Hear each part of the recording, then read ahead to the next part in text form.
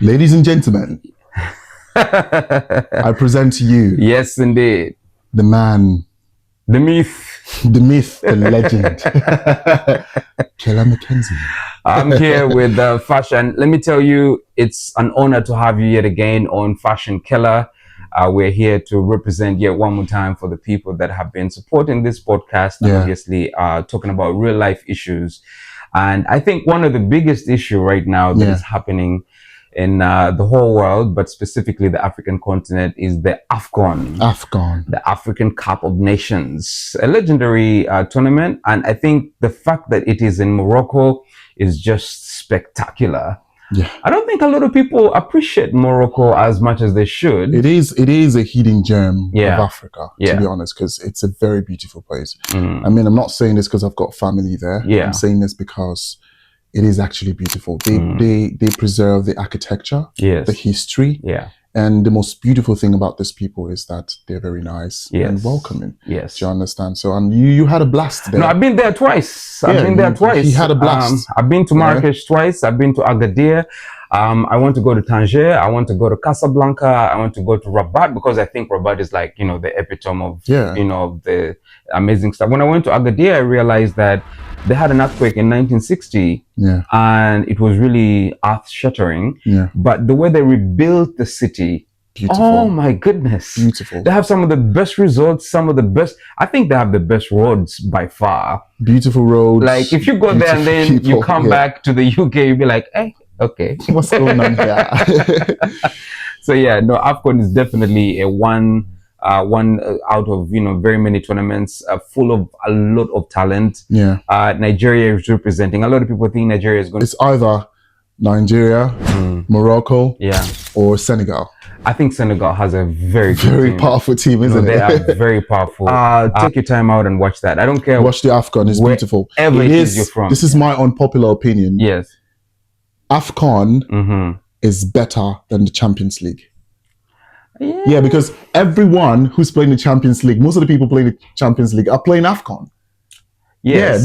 In fact, a lot of clubs are actually suffering right now. They hate the Afcon because they know it takes over the start. In fact, as a Manchester United fan, I agree.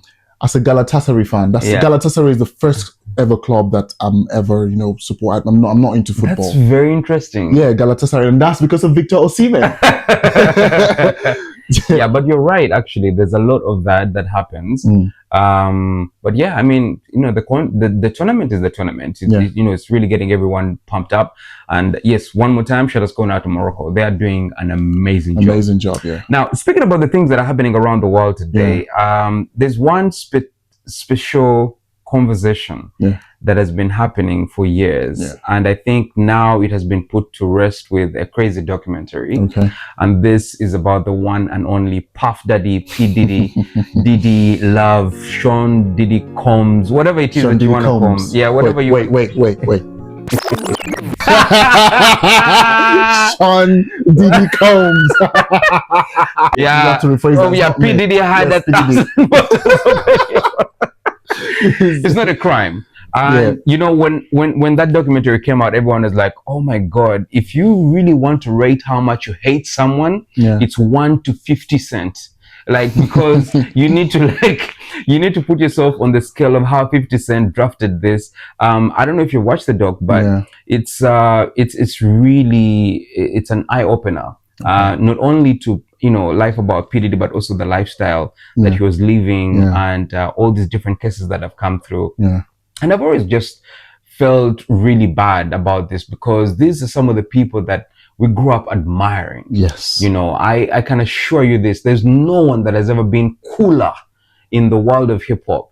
Forget about lyrics and dropping bars and having like a great effect in the sense of like music scene, but just the lifestyle. I remember when I was a boy, I had to buy a Sean John pair of jeans. I had to buy the whole combination, like the jacket and the jeans. Sometimes like this guy has really shed, and that's why a lot of people come out and say that maybe these people build up our superstars and then break them down. I feel like there's a deeper secret to all of this. Fame comes with a price. There's just a lot of things that we don't know. There's a lot of things that happens behind closed doors that we don't know. This issue of Diddy, there might be there's a whole story to it. I mean, I'm not saying I'm not going to say what I don't know. I'm not there. I have no association. I'm not even American or something. Do you understand? So I don't even know anything about it, but I'm just saying everything has two sides to it. No, it's just imagine, let's say 20 years from now, someone comes up and sues someone like Don Jazzy, and they bring up all these cases. Like, as we speak right now, Don Jazzy is the godfather of Afrobeat. Like, in all aspects as you can think of it. He has created superstars. He has his own music. And then all of a sudden you just break it down.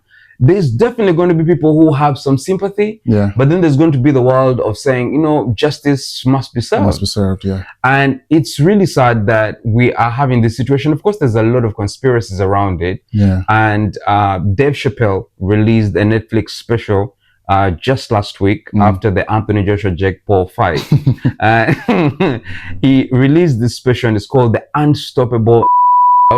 But it's The Unstoppable from 1910 with a guy known as Jack Johnson, who was a boxer. And this guy was just unstoppable because he was literally beating everyone, and the white boxers weren't allowing him to fight them, the white heavyweight boxers, because the heavyweight championship was only a special championship for the white boxers, until they accepted him to come in, and he whooped their asses, all of them. You know, he beat them up, and at the end of the day, you know, he did also want to fight black people, and he started doing the craziest things, and then they put him literally, they tried to arrest him for what they would call the Mann Act, which is almost identical to the same thing, which is racketeering and stuff like that, that P. Diddy is facing right now. So there's a way Dave Chappelle tried to give people an eyesight on what the world looks like, whereby there are always going to be stars that rise to the top,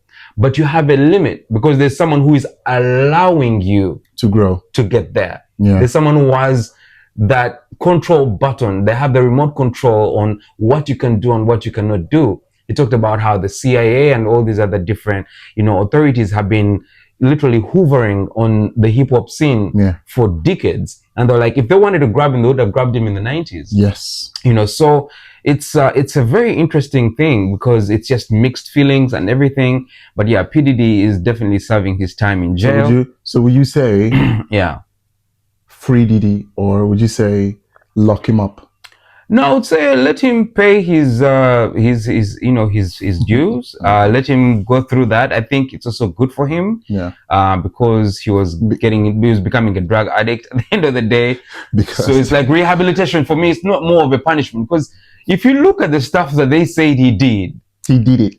He did it, and I feel like at the end of the day, whatever he's going through right now is not really a punishment. It's just really like rehabilitation. It cannot be a punishment because he's in prison. And there's a stereotype of things that go on in the prison. So he's rehabilitating. No, I mean, honestly, I feel like his rehab, it's not, a lot of people thought he was going to do 20 years, some people life. No. Because some of the stuff that has been, the documentary is crazy. It comes off and says literally unalived Tupac Shakur. They say he unalived Notorious B.I.G. Not directly, but he actually did it. So it's in my opinion, it's more of a rehabilitation for him to get to the position whereby he has a chance to see what he has done, what he could have done better. And maybe also just to look at the fact that a lot of people who are in the same position now need to be careful, because who knows, it could be you next. So it's definitely a very great you know, situation for the whole world to just be able to look at our past and look at the whole world and just be like, okay, you know, this is what happens behind the scenes. We need to be better. We need to be better. Yeah, we definitely need to be better.